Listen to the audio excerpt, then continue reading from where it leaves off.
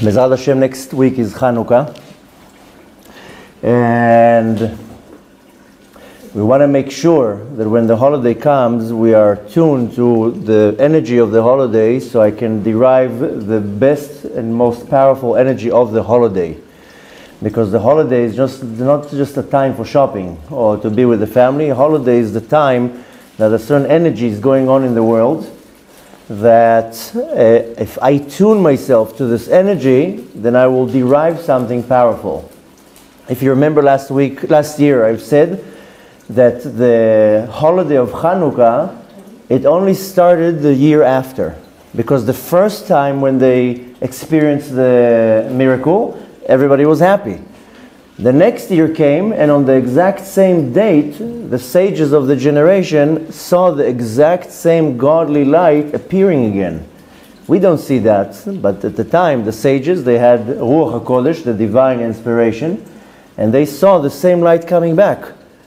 And when they saw it coming back over and over, that's to say, okay, then obviously, now we're going to decide it's going to be a holiday. So every holiday has a certain power. If we're looking at the power of Chanukah, then you have to look at the story and at the miracle, and that kind of teaches us what can be derived out of Chanukah. So the enemy of Chanukah was, of course, the Greeks. Pesach was Paro, Purim was Haman, and so forth. And Chanukah was the Greeks. And we already taught that the Greeks, their idea, their desire was to darken the world. They didn't want to come to destroy us. Haman wanted to destroy us. Hitler wanted to destroy us. Paro wanted to destroy us. They all wanted to destroy us, to kill us, to annihilate us. And also now we have a Haman that wants to annihilate us. In case you haven't noticed, he's about 1,500 kilometers from here to the west, to the east.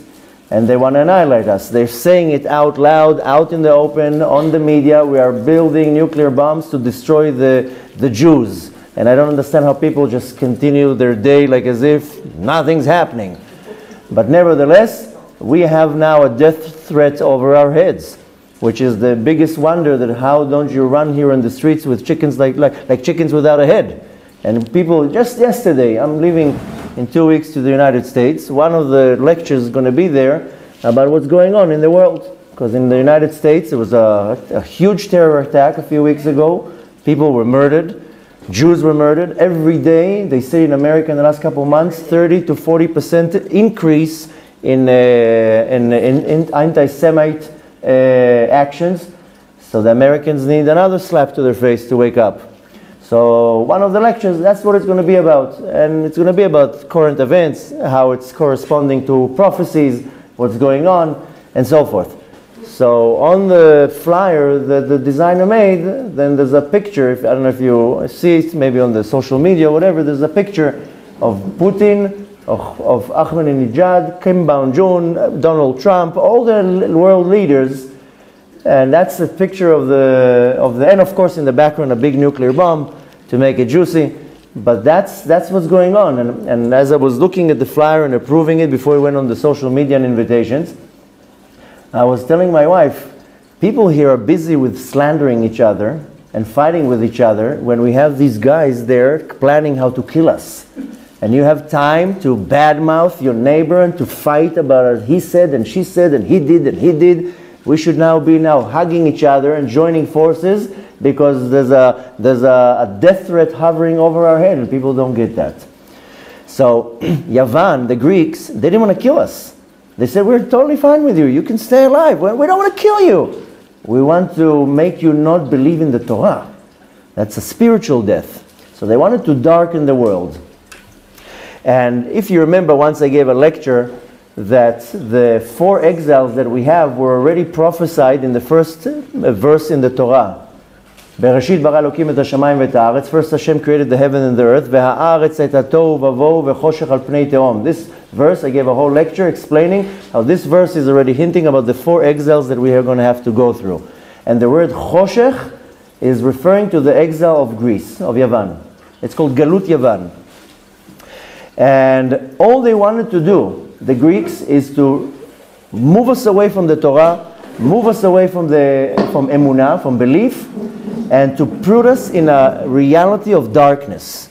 And in case you haven't noticed, not to chas v'shalom step on anybody's toes, you are all living in a reality of darkness. If you're experiencing at least once a week sadness, then you are in a reality of darkness. You ever saw a tzaddik upset? You ever saw a tzaddik, I had a horrible day at work? No. Why? The tzaddik is all full of light. We are in a state of darkness. So I get upset, I get insulted, I get depressed, I get angry. That's darkness. I'm not talking about darkness that you see at night. I'm talking the opposite of light. This is exactly what the Greeks wanted to do, and they did a great job because we're all in this bubble of darkness. Then came the high priest Matityahu, and he did the tikkun, the rectification. We talked about it already last week. There was an army coming to attack us. It's kind of equivalent to the size of like as if the Russian army will attack us now. Not like some hooligans coming from the mountains here. Talking about an army. Matityahu is a Kohen Gadol, he's an old man. He takes his 5 kids that are also old priests, and they all go out to war. 5 men. And then another 10 men joined them, and they had unbelievable victory. Matityahu came to take this darkness and to light up the dark. How did he do that? Of course, there will happen the whole miracle with the oil, and this is the holiday of light. When you're looking at it, what is the holiday of Chanukah? So some people will say the donuts, but the holiday of Chanukah is just light. That's it. That's the whole thing. Half an hour, light up a candle, and the story's over. So this is really the tikkun of the darkness. I know it sounds very, very simple. Oh, you know, just lighting a candle, that's the big deal. Yeah, it's not, there's much more to it. But nevertheless, this is what we need to focus on. This is the rectification of the darkness. And the action in Chanukah is to light up the candles. If you remember, I spoke about it several times. Don't need to repeat too much. The miracle was when they found the pitcher of oil. I have explained over Shabbat and in previous classes that this pitcher of oil was already hidden there in Bet HaMikdash for 700 years, because at the time of King Solomon, of Shlomo HaMelech, there was a Kohen Gadol, Bnayahu ben Yehoyada. He took this pitcher and he hid it. And 700 years later, the Chashmonaim found it in Bet HaMikdash. This is the pitcher of oil that David HaMelech used to anoint, Shmuel HaMelech used to anoint David. This is the pitcher of oil that Moshe Rabbeinu used to anoint the Mishkan and the Kelim. And this is the pitcher of oil that Yaakov made a U-turn to go after, to cross the river to get. This is this famous pitcher of oil. Now, interestingly, when you're looking in our history, in any types of books of our sages, you don't find much information about Chanukah. You know, the entire Talmud, there are 2 pages about Chanukah. That's the whole thing. For Rosh Hashanah, there's a whole tractate. Pesach, a whole tractate. Sukkot, a whole tractate. Chanukah, 2 pages in Tractate Shabbat. That's what you have. In the Zohar, a few ma'amarim here and there, in Tikkunei HaZohar. That's what we have about Chanukah. But from the generation of the Arizal, Rabbi Yitzchak Luria, pouring of information. Unbelievable information. It's increasing and growing and growing.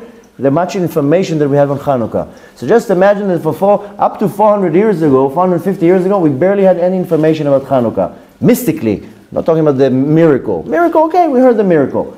Mystically, we didn't have anything. From the Arizal, everything opened, and we all know the Arizal. Anybody who say Arizal, Rabbi Yitzchak Luria, everybody, oh yeah. People come to Tzfat, they go to the Arizal. They don't notice that next to him are sitting not less giants next to him. Right in front of the grave of the Arizal is the Ramak, who was his teacher. Next to, excuse me? Joseph Caro? Yeah, and Yosef Caro is a dozen feet away. But I'm talking next to the Arizal, attached to the Arizal, Rabbi Shlomo El-Kabetz. He was before him. And in front of him is Rabbi Moshe Cordovero, the Ramak. I mean, there were giants here in Tzfat, but everybody goes to the Arizal. He's the famous one. But you know how many students he had that became huge, and they don't get all the credit? I mean, the only student that's getting his credit is the Rabbi Chaim Vital, who wrote all his teachings. But what about all the rest of the students? The Arizal didn't write books. Nevertheless, there is a book. It's called Sefer HaRokeach. Very, very, very powerful book. Was written by Rabbi Eliezer Migarmine about 200 or 300 years ago, something like that, and has a lot of information, unbelievable information. And there is another two great Kabbalah teachers. One of them is known as the Gaon Chida, and the other one is called the Bnei Sachar. These are books of Kabbalah that are all from the teachings of the Ari, and the Chida and the Bnei Sachar both say that Sefer HaRokeach, this information from the Sefer HaRokeach, is all information directly from Eliyahu Navi. Bechlal, we know that most of the teachings of the Arizal, if you go to the synagogue here next to the cemetery, there's a little cave there. That's where the story says that that's where the Ari would say there and sit there and have his teachings from the Eliyahu Navi. So most of the information that the Ari got, and many others, and it's not that the Arizal is the only one, many others, Eliyahu Navi comes and teaches them. So both the Chida and the Bnei Sachar, that are very known names in the world of Kabbalah, they say that the Sefer HaRokeach is all information came from Eliyahu Navi. Of the Rokeach? Yeah. I don't know the translation. Well, yeah, that's the translation, but that's not the name of the book. I think it's actually called the Rokeach. A lot of the books of Kabbalah, yesterday, the day before I was teaching in the Zohar class about the Megalei Amukot, and there's no English name to it. It's called Megalei Amukot. But nevertheless, this is one of the books where we have a lot of insights about Chanukah. Now, very, very interestingly, in the Talmud, but not in the Bavli Talmud, in the Yerushalmi Talmud, there is a place in Tractate Brachot that is talking about, not necessarily Chanukah, but it does talk about something. That something is called Or HaGanuz, the hidden light. And we hear about this hidden light many times. What is this Or HaGanuz? When Hashem created the world, how did Hashem create? What's the first thing that Hashem created? The light. Vayi Or. That's the first thing that He created. This is the light that is called Or HaGanuz, the concealed light. It's not the light that we see now, because that was only created on the fourth day. The sun and the moon were created, and the stars were created on the fourth day, which means that on the first, the second, and the third day, there was some type of light, because the famous verse, Vayi Or, and there should be light. This is the light that the Kadosh Baruch Hu created and shined in the world, and it's called the concealed light, Or HaGanuz. Why is it concealed? That's what we're going to learn today. Why is it called concealed? Because the Kadosh Baruch Hu removed it from the world, and He says, I'm going to keep it for the future, la'atid lavo, when the future will come, to the tzaddikim. So how long did this light shine? 3 days, Sunday, Monday, and Tuesday. Wednesday morning already the sun and the moon were created. Now, the Yerushalmi says something very interesting. If you remember, I have said that a couple of times, that how many hours was this light shining? One opinion says 3 days, right? 3 days will be how much? 72 hours. So one opinion says it was shining for 72 hours. But the opinion that, of course, we all go by, it says no, it was shining only for 36 hours. Because Sunday is 12 hours of light, Monday is 12 hours of light, and Tuesday 12 hours of light. The Torah says very clearly, Vayi Erev, Vayi Boker. Should be a night, should be a day. So we understand that this light was shining for 36 hours. Where do we find the number 36? Also 36 tzaddikim, but 36 candles of Chanukah. So, but the Talmud, the Yerushalmi, says something very interesting about this Or HaGanuz. And it says in the Talmud that on Friday, I'm talking about the Friday of the creation of the world, Hashem brought back the light for 12 hours. And right after that, you remember, Adam HaRishon sinned, so the light had to be removed. But right away, it was already Shabbat, and Hashem could not remove the light. The Talmud says that the Shabbat came to Hashem and says, please leave this light for another 24 hours. That it would shine throughout Shabbat, in the first Shabbat in history. So we find that from the Talmud, the Or HaGanuz was lit up another 36 hours. 24 hours of Shabbat and 12 hours in Friday. Again, we see this 36 hours, this Or HaGanuz was shining. The Rokeach, the book that I told you about, backs this up, and it says the Or HaGanuz was shining on Shabbat and Friday while Adam HaRishon was created, was shining for 36 hours. So, again, like I said, we find the 36 hours of the 36 candles of Chanukah. So we learn from that. This comes from another book. The book is called Shomer Emunim. That there is a very a greater advantage on the light coming from the menorah that we light in Chanukah than the light coming from the menorah in Beit HaMikdash. So we go back to the idea of the Or HaGanuz was shining 36 hours. We have 36 candles in Chanukah, so we already see a very strong connection. Then we continue, and the point to take from that every candle of Chanukah is representing 1 hour of Or HaGanuz. So when we light in total 36 candles, just imagine the light on the 8th day of Chanukah versus the light on the 1st day of Chanukah, because you have 8 candles lighting. We're not counting the shamash, by the way. Nevertheless, we're only counting the actual candles. Don't count the shamash. That we'll add another 8 candles, but the shamash is not a candle. Shamash means the one who lights up the candles. Nevertheless, the Shomer Emunim says that the light that's coming out from the Chanukiyah, from the menorah, is greater. It has a greater advantage than the light that had in the menorah that they used to light in Beit HaMikdash. And why is that? Because Beit HaMikdash was 1 menorah.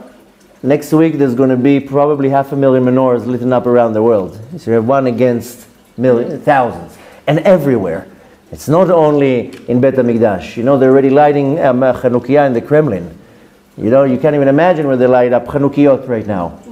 So, this Or HaGanuz that we're talking about, this concealed light, this is the light that's going to be doing the rectification to the world. I mean, right now the world is not in a state of completion or perfection, and the Or HaGanuz is what's going to do the rectification. Now, what does it mean that the Or HaGanuz is shining? What is okay, you're telling me, like Eliza just asked, what is this Or HaGanuz? What is this concealed light? What does it mean that it's shining? Do you think it's a light coming out like from a light bulb? This is not what we're referring to. Light is a spiritual concept. It's not the physical light you see from a light bulb. And it's a very important thing to remember that when you're learning mystical teachings of Kabbalah and Chassidut and Zohar, when we're referring to the term light, it's not light. It's not the light that you turn on the light bulb. Rather, the definition, based on the terminology in Kabbalah, what it means, Or is a light, Or means Chochmah Bina Dat. The 3 emanations that are called Mochin, that are the intellect, the first 3 emanations that we have. Now, what does it mean really, Chochmah Bina Dat? To define it in one sentence, to understand something. That's it. To understand. Doesn't matter right now how I understand it with Bina, with Dat. We're not going to even go into this in this class.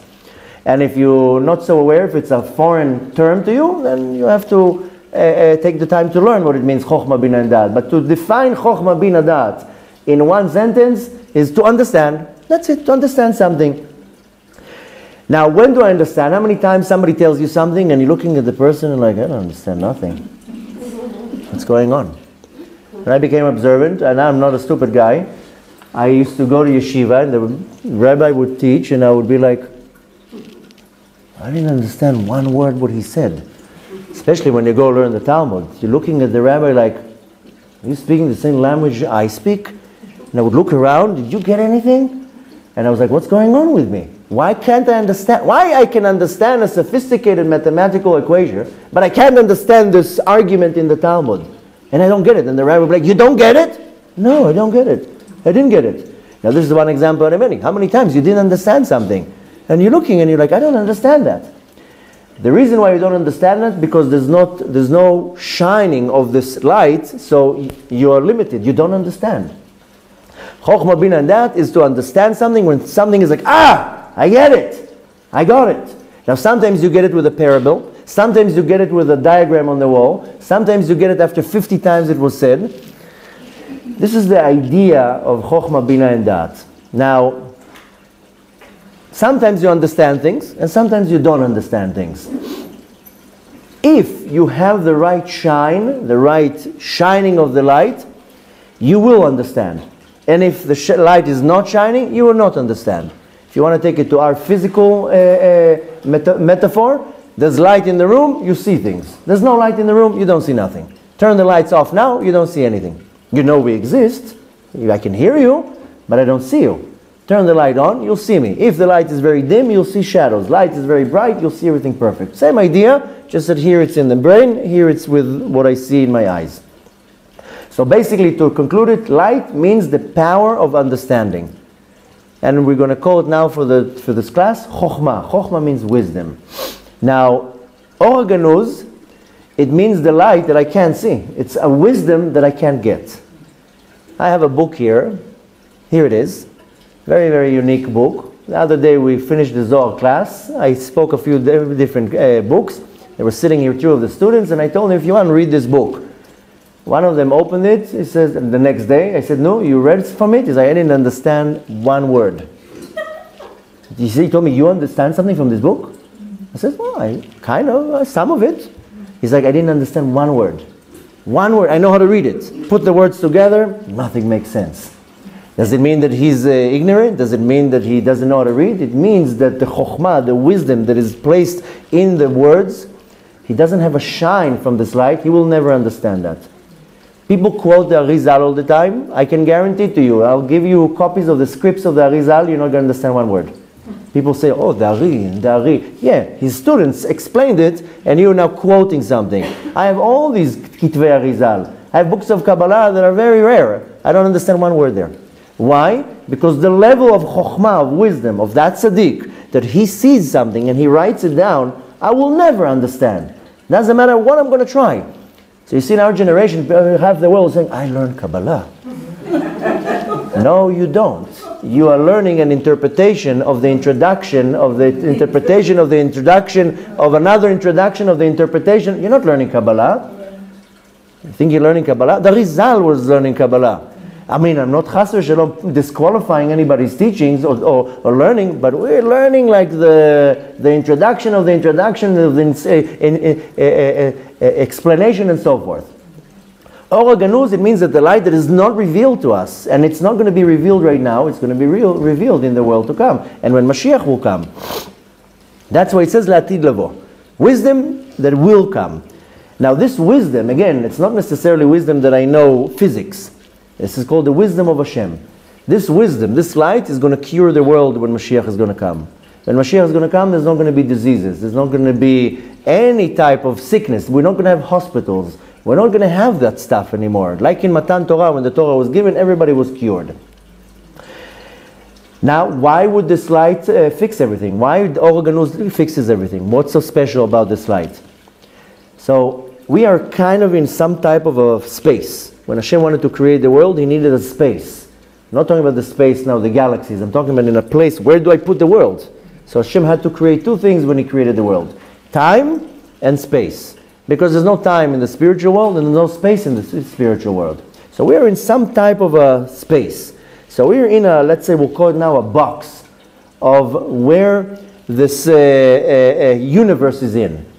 The Or Ganuz is above this box, is above this world. We can't see it and we can't understand it.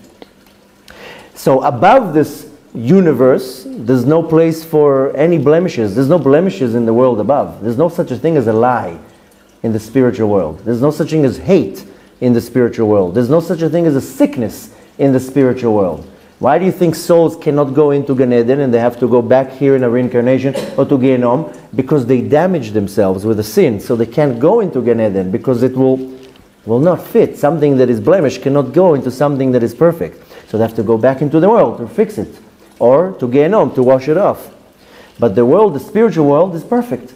So Or Ganuz is above this universe, so to say. Now, how do I get connected to this Or Ganuz? First of all, we're going to see that when we will be revealed this Or Ganuz, this is when the Mashiach is going to come. There's no such a thing, the reality of evil in that time. There's not going to be evil when Mashiach comes. Now in this world, 99% is evil. Lying and cheating and hate and violence and wars. And when Mashiach is going to come, no more evil. Can you imagine a world with no evil? Yes. Everybody's loving each other. Everybody's accepting each other. No bad animals, no diseases, no kupat cholim anymore, no doctors. Just imagine waking up in the morning right away, not my back and my tooth, I can't. Just imagine what kind of a weird world. All day long we're complaining, my head, my tuchus, my back. Anyways, how do I get a revelation of this Or Ganuz? Is when I realize something very, very profound, but yet very simple. That everything that happens to me is for my own benefit. That's it. That's how you get connected to this Or Ganuz in this world. I'm not talking when Mashiach comes. I don't know when Mashiach is coming. I had huge hopes that he's going to come already 10 years ago. But the way how we're treating each other, I don't know when.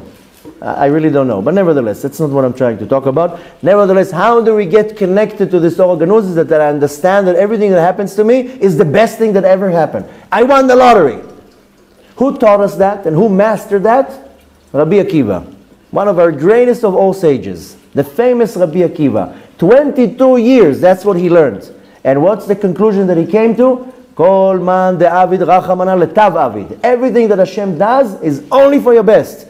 There's no such a thing that something happens in your life, it's a mistake. It's a punishment. You make a wrong turn. Everything. There are great tzaddikim, they went through the Holocaust with a smile. Because there's a great tzaddik, and I don't remember his name, that he used to work in the Holocaust in one of the camps. There were the ones, Hashem Yerachem Yimach Shimam, these Nazis, they used to gas the people, and then how do you get rid of the bodies? They used to burn the bodies. There was a certain squad that would move the bodies from the gas chambers into the ovens. Can you imagine? 18 hours a day to move bodies from the gas chambers to the ovens. And this tzaddik would do it with a smile the whole time. He understood. He looked at the bodies. He said, you just left your coat. Excuse me, sir. What? The soul goes to Gan Eden. The coat was left here, the body. Then he would pick up the bodies. It's still a holy body. Did the whole thing with a smile. How can you survive such a thing? Any individual will go completely nuts. And he does it with a smile. Kol man de'avid rachmana letav avid. Everything that Hashem does is for the best. Now, who's this Rabbi Akiva's teacher? He's our neighbor. He's 5 minutes from here. Nachum Ish Gamzu. He's Rabbi Akiva's teacher. That's his rabbi. Everything that happened to him, Gamzu Letova. It's all for the best. That was his name, Nachum Ish Gamzu. Interestingly, it's talking about Nachum Ish Gamzu. Every time it's talking about it, it says Haish Nachum Ish Gamzu. What's the gematria of Haish, the gematria of Haish Gamzu Letova? Mashiach ben David. 424. That's when you refer to this great tzaddik, he says, Haish Nachum Ish Gamzu. The gematria of the sentence, Haish Gamzu Letova, is 424, Mashiach ben David. Everything is for the best. This is Geula. This is redemption. Everything is perfect. Perfection. Now, right now, we are in the darkness. This is called Hastara. We don't see Hashem. Nobody sees Hashem. Every now and then we get like maybe some message, a miracle, something. But we are right now in a state of darkness. It's called Hastara. But we have to understand that in everything is a spark of this Or Ganuz. Everything. When you see that everything has something good, everything has something good. Even that flying, there's also something good there. Everything is good. When I see that in everything, in this world, everything is good, that's when I get connected to the Or Ganuz. That's the way to do it. Now, to do it is easy? No. But I'm just saying you how you do it. The Yetzer Hara, we learned about them yesterday and the day before in the Zohar classes. I highly recommend you either attend the classes or watch the classes online. At least the last two. The Yetzer Hara, you know what he is? Is a Hollywood producer. He shows us a movie. He takes us to a movie. There's a parable there. Once they took a person that, was not living in society, and they took him to a movie house. And he sits in the movie house with his popcorn, and suddenly, bloop, the lights go off. Whoa! What happened? Turn the lights on. And then, they start the movie. And the movie is projected on the wall. Can you see the movie without the lights turned off? He says to her, turn the lights on, I can't see anything. But if we turn the light on, you can't see the movie. I haven't been to a theater, to a movie house in like 20 years. But I remember, you sit in the movie house, and then they turn the lights off, and then you can see the movie. And sometimes, remember, in the middle of the movies, they turn the lights on. Whoa! Whoa! And you can't see nothing. I'm not talking about when you're watching a movie in your home. I'm talking about when you're watching a movie theater. So correct me if I'm wrong. I've been to a movie house for many, many years. I don't know, maybe something changed. But you can't see the movie when the light is on. So the Yetzer Hara turns the lights off. Now I don't see anything. Now the Yetzer Hara comes in, Steven Spielberg, let me show you a beautiful movie today. And in the movie, you are the star. And here, the Yetzer Hara is a movie producer and he's showing us a movie. You know, in Hebrew, in Israel, there's a term to that for a person, Tachai Beseret, you're living in a movie. You're not living in reality. Why is the Yetzer Hara showing us a movie? He's a liar. The Yetzer Hara is called a liar. A movie is a lie. You know why it's the most powerful industry in the world? Because we are fed from lies. People go to a movie and like, oh, for 2 hours, they're like, wow. Then you go out of the movie house and back to reality. And then people, they go after, that's the funny thing. Yeah, I remember when I was a kid, you would go out of a movie house after like a Kung Fu movie, everybody's like, you know, I remember going out of Karate Kid, everybody's like, wax on, you know, this is 30 years ago, I mean, that's my generation. But nevertheless, everybody goes out of the movie like, Mom, I need to wash the cars. What's going on with you? So you go out of the movie, you're still stuck in the movie. So that's the Yetzer Hara. He projects a movie, he turns the lights off, there's darkness, complete darkness. Now the movie starts. What is his point? The Yetzer Hara has 3 points. That's his agenda. And don't be mistaken for 1 second. People think the Yetzer Hara is here to make you sin.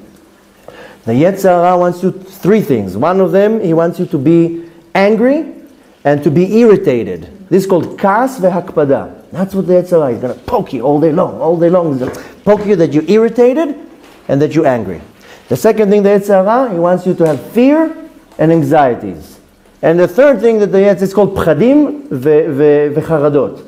And the third thing that the Yetzer Hara wants from you, he wants you to have sadness and despair. Atzvut ve'yeush. That's his agenda.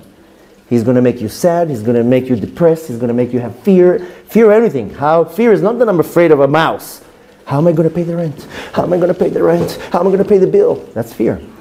How am I going to do this? How am I going to do that? That's fear. What was the third one? He's fearing. We had anger and irritation, fear and anxiety, and sadness and despair. These are the 3 things that the Yetzer Hara is after. That's all a lie. That's, if you want to define all this in one word, lie. There's no such a thing. There's no such a thing. When I understand that everything is a lie, what I just said, then I'm already experiencing Olam Haba. I'm already being attached to the Or HaGanuz. Everything is a lie. You know, we always talk about the word Olam Haba. There's so many definitions what's Olam Haba. The main definition of Olam Haba is the world to come, after we die, after Tchiyat HaMetim, after the resurrection of the dead. There's another definition of Olam Haba. It's called Olam Haba Bator, the next world. When I die, where do I go? I don't know. Maybe Genom, maybe Gan Eden, I don't know. But the next one in line. You know what the Arizal says about Olam Haba? The Arizal says, Olam Haba kol rega v'rega. Every moment is a Olam Haba. You know that we're experiencing seconds. Every second is a frame. Stop the frame. Stop the frame. The next second is Olam Haba. Is the next, what's waiting for me right now? You know that I can change everything in a blink of an eye. That's Olam Haba. That's what the Arizal says. Olam Haba is right here. I can live now in a state of anger. Okay, no more anger. Olam Haba. No, before I was angry, now I'm not angry anymore. How did you stop the anger so fast? I just made a switch in my mind. I don't want to be angry. It's not so easy, but that's how it works. Everything is up here. Now, how do I get connected to Or HaGanuz? Is when I realize that everything in my life is amazing. Thank you, Hashem. Unbelievable. I just got subpoenaed to court. Thank you, Hashem. I'm going to meet the judge. I'm going to meet the judge. So, you have this attitude, the judge is going to send you back home. Says, you know, but when you look at everything is good, that's when you get connected to the Or HaGanuz. You have to look that everything is good, everything that Hashem does is good, everything is positive. Is it easy? No. Is it easy to reach? I didn't say it's easy. I'm just saying that's what you need to do. The second that I understand this point, I will be able to overpower every challenge that I have in my life. Everything is going to be like hopping over puddles of water. You know, nothing happened. I only owe $500,000 to the bank. No problem. I'll get it. How? I don't know. I told you there's a guy here in this town, every time I see him, we're not really friends, but we nod to each other the head, and he's always have a smile. One time I did bump into him and I talked to him, and we talked, and you know, a rare individual in the city that didn't talk about other people, just talked about But nevertheless, I told him, I always see you, you're always in a good mood. It gives me a good mood. And then he tells me, I don't know how we got into conversation. He told me he owes the bank 100,000 shekels. He told me, I got to run to the bank, I got to make a deposit. And it was nice to talk to you, but I got to run to the bank. And then he tells me he owes the bank 100,000 shekels. And I'm like, and you're still smiling? He's like, of course I'm smiling. I told him, why? He's like, I'm happy. He's like, why are you happy? He's like, I'm happy it's not 200,000. So that's the attitude. It's only 100. Can you imagine if it was 200? The second that you understand that everything is good, you're already going to connect yourself to the organuz, and needless to say, you're going to overpower any challenge. In the candle of Chanukah is when I can have the time, have the intention to receive this organuz.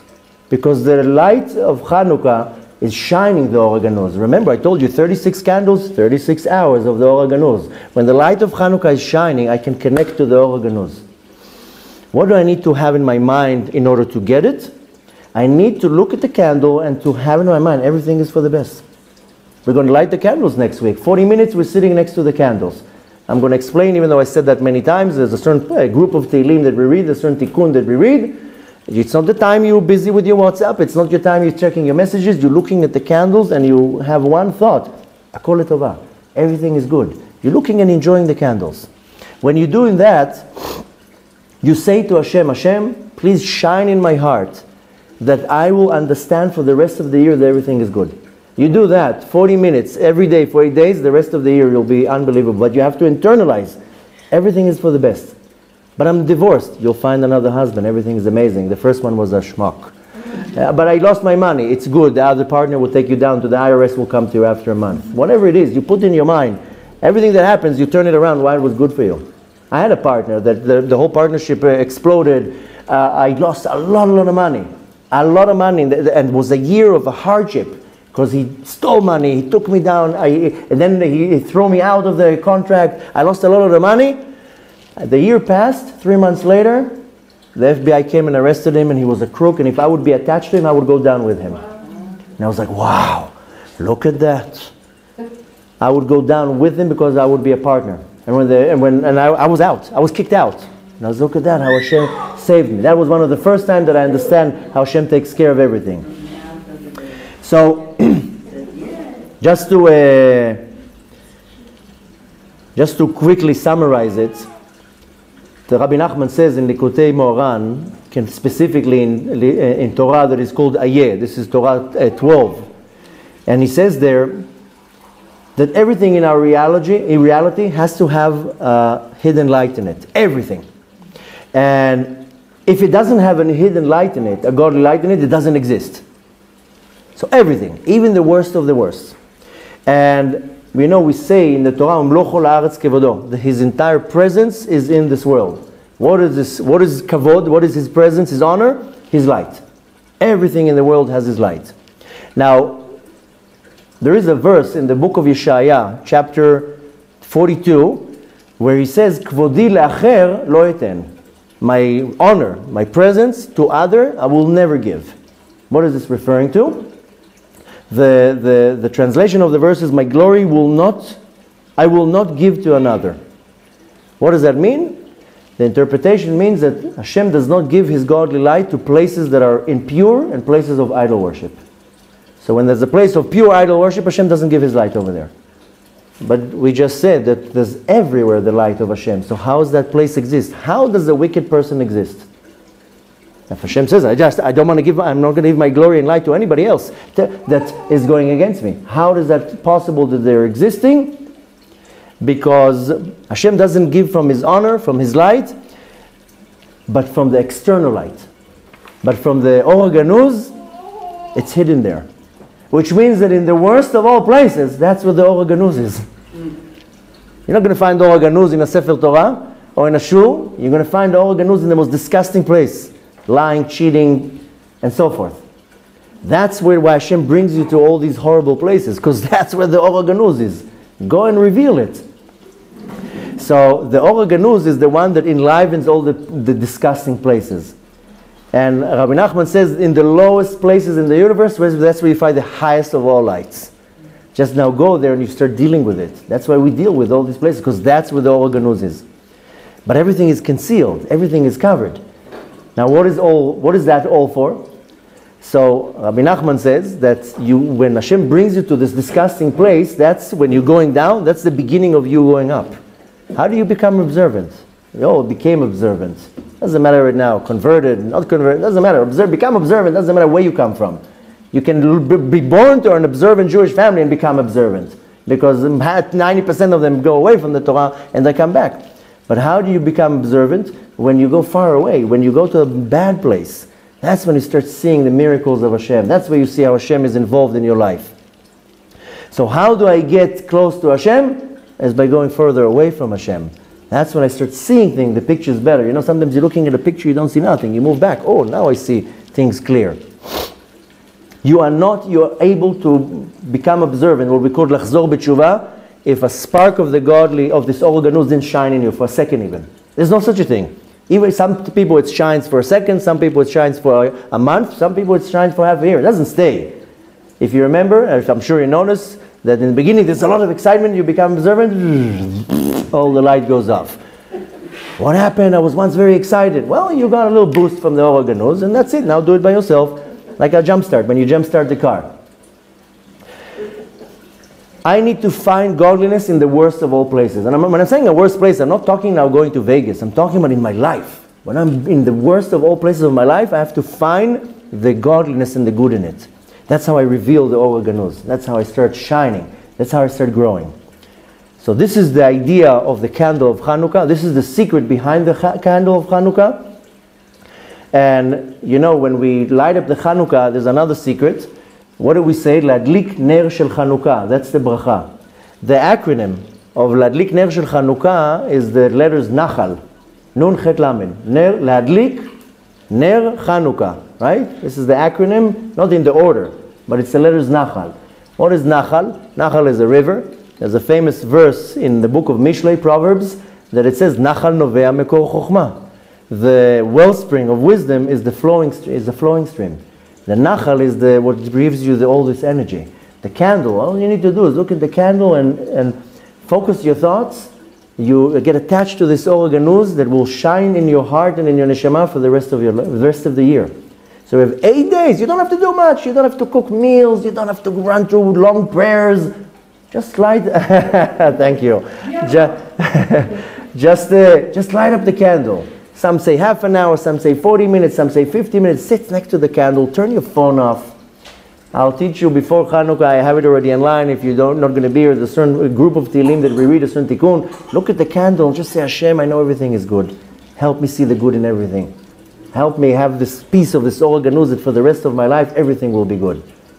And you know what? When you see that, when you get attached to that, and you see that everything that Hashem does is good, your life changes drastically and dramatically. That's how we start revealing this hidden light in the world.